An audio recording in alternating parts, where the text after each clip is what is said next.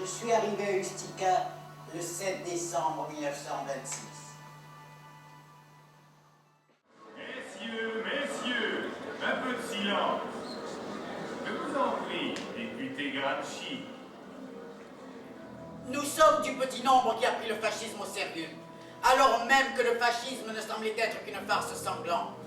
Lorsqu'on se contentait de répéter à propos du fascisme les lieux communs sur la psychose de guerre, lorsque tous les partis cherchaient à endormir la population laborieuse en présentant le fascisme comme un phénomène superficiel qui ne durait guère, en novembre 1920, chose inconcevable alors pour les fascistes eux-mêmes, nous avons prévu que si la classe ouvrière ne parvenait pas à freiner par les armes son avance sanglante, le fascisme accéderait au pouvoir. Nous demandons pourquoi maintenant, depuis plusieurs mois, sans que le Parti communiste ait été déclaré association de malfaiteurs, les carabiniers arrêtent nos camarades toutes les fois qu'ils sont plus de 3 se réunissent. Nous faisons ce que vous faites en Russie. Vous faites des rafles formidables. Vous faites très bien. En réalité, l'appareil de l'État considère déjà le Parti communiste comme une organisation secrète. Ce n'est pas vrai. En attendant, on arrête sans aucun chef d'accusation précis quiconque est trouvé dans une réunion de 3 personnes, rien que parce qu'il est communiste, et on le jette en prison. Et ils sont vite relâchés. Combien y en a-t-il en prison? Nous les attrapons simplement pour les connaître. Les forces révolutionnaires italiennes ne se laisseront pas écraser. Voilà ce que nous voulons dire au prolétariat et aux masses paysannes italiennes du haut de cette tribune. Votre rêve obscur ne parviendra pas à se réaliser. Il faut que vous l'entendiez dire jusqu'à la nausée. Le mouvement révolutionnaire vaincra le fascisme.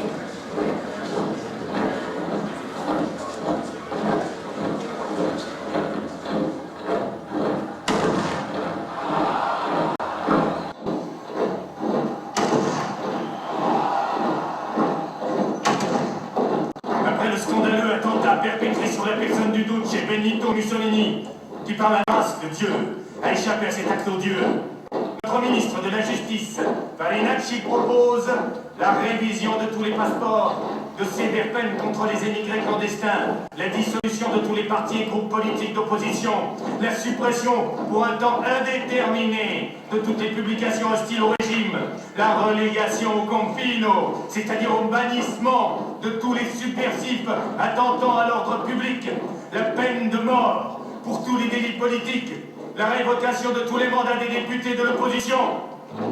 Monsieur Gramsci, vous avez collaboré à de très nombreux journaux subversifs dans la Bounty. Vous avez été directeur du périodique communiste L'Ordine Nuovo. Pour votre action fidèle et fanatique communiste, vous êtes envoyé d'abord en Allemagne en 1922, puis la même année à Moscou à la place de Terracini Umberto, comme homme de confiance du Parti communiste italien. Aux élections législatives de 1924, vous êtes élu député dans la circonscription de la Vénétie et, la même année, nommé secrétaire politique du Parti communiste. Actuellement, vous faites partie du comité exécutif et vous êtes un des membres les plus actifs et influents, tant comme propagandiste que comme organisateur. Vous tirez vos moyens de subsistance de cette seule activité. Votre action, obéissant fidèlement au programme de votre parti, a toujours visé à l'organisation nationale des ouvriers et des paysans. En conséquence, pour toutes ces raisons, vous êtes condamné à 5 ans de confinement en terre coloniale ou dans une de nos îles prévues à cet effet. Je suis parti le 20 janvier au matin à l'improviste. J'ai à peine eu le temps de dicter une courte lettre et de faire expédier un télégramme pour avertir mes proches. Je n'entrerai pas dans les détails de l'accusation portée contre moi. Il s'agit de toute façon des questions de politique habituelles. Il me faut avoir de la patience. Et moi, de la patience, j'en ai des tonnes, des wagons.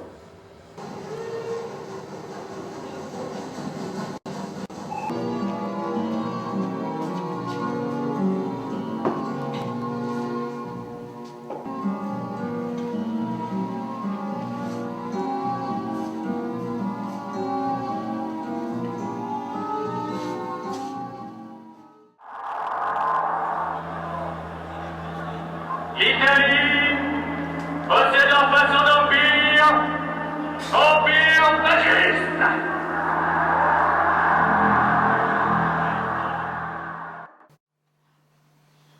Il y a une mobilisation internationale qui ne cesse de grandir grâce à ton ami Pierrot Sraffa, mais aussi à Romain Roland et à Henri Barbus et à tous les autres camarades. Ils organisent des manifestations antifascistes demandant ta libération, et ça dans le monde entier. Je suis devenu à demi fou. Et je ne suis pas sûr de ne pas le devenir complètement sous peu. Je te prie de croire que je ne peux plus résister. La douleur au cervelet et à la boîte crânienne me rend fou. Les difficultés que j'ai à me servir de mes mains se sont aggravées et continuent de s'aggraver progressivement. Ce ne peut être dû simplement à l'artériosclérose. Ce qui est important, c'est que je quitte cet enfer où je meurs lentement.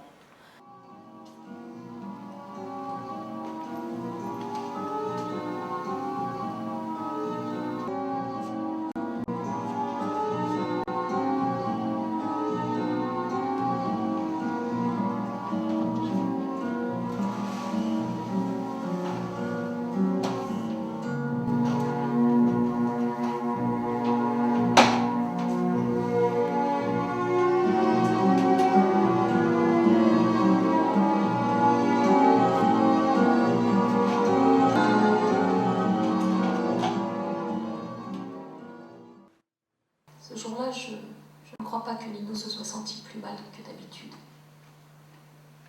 Je peux même dire qu'il était plus tranquille. Je lui avais apporté le livret signé par le greffier du juge de surveillance du tribunal de Rome, avec la déclaration de l'office de surveillance selon laquelle, le temps de la liberté conditionnelle étant terminé, toute mesure de sécurité concernant Nino était suspendue. Le docteur Belloc fit comprendre à la sœur que l'état du malade était désespéré. Le prêtre vint. D'autres sœurs.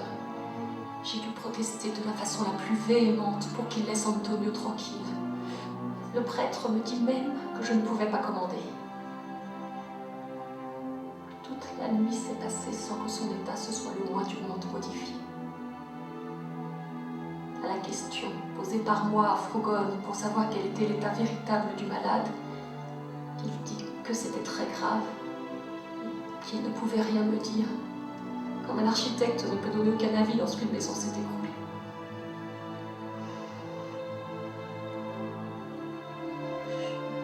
Je l'ai toujours veillé, en faisant ce que je pouvais, lui mouillant les lèvres, essayant de lui faire reprendre artificiellement la respiration lorsque celle-ci semblait vouloir s'arrêter. Puis vint une dernière respiration, bruyante, et survint le silence sans remède. J'appelai le docteur qui confirma ma crainte. C'était le 27 avril, à 4h10.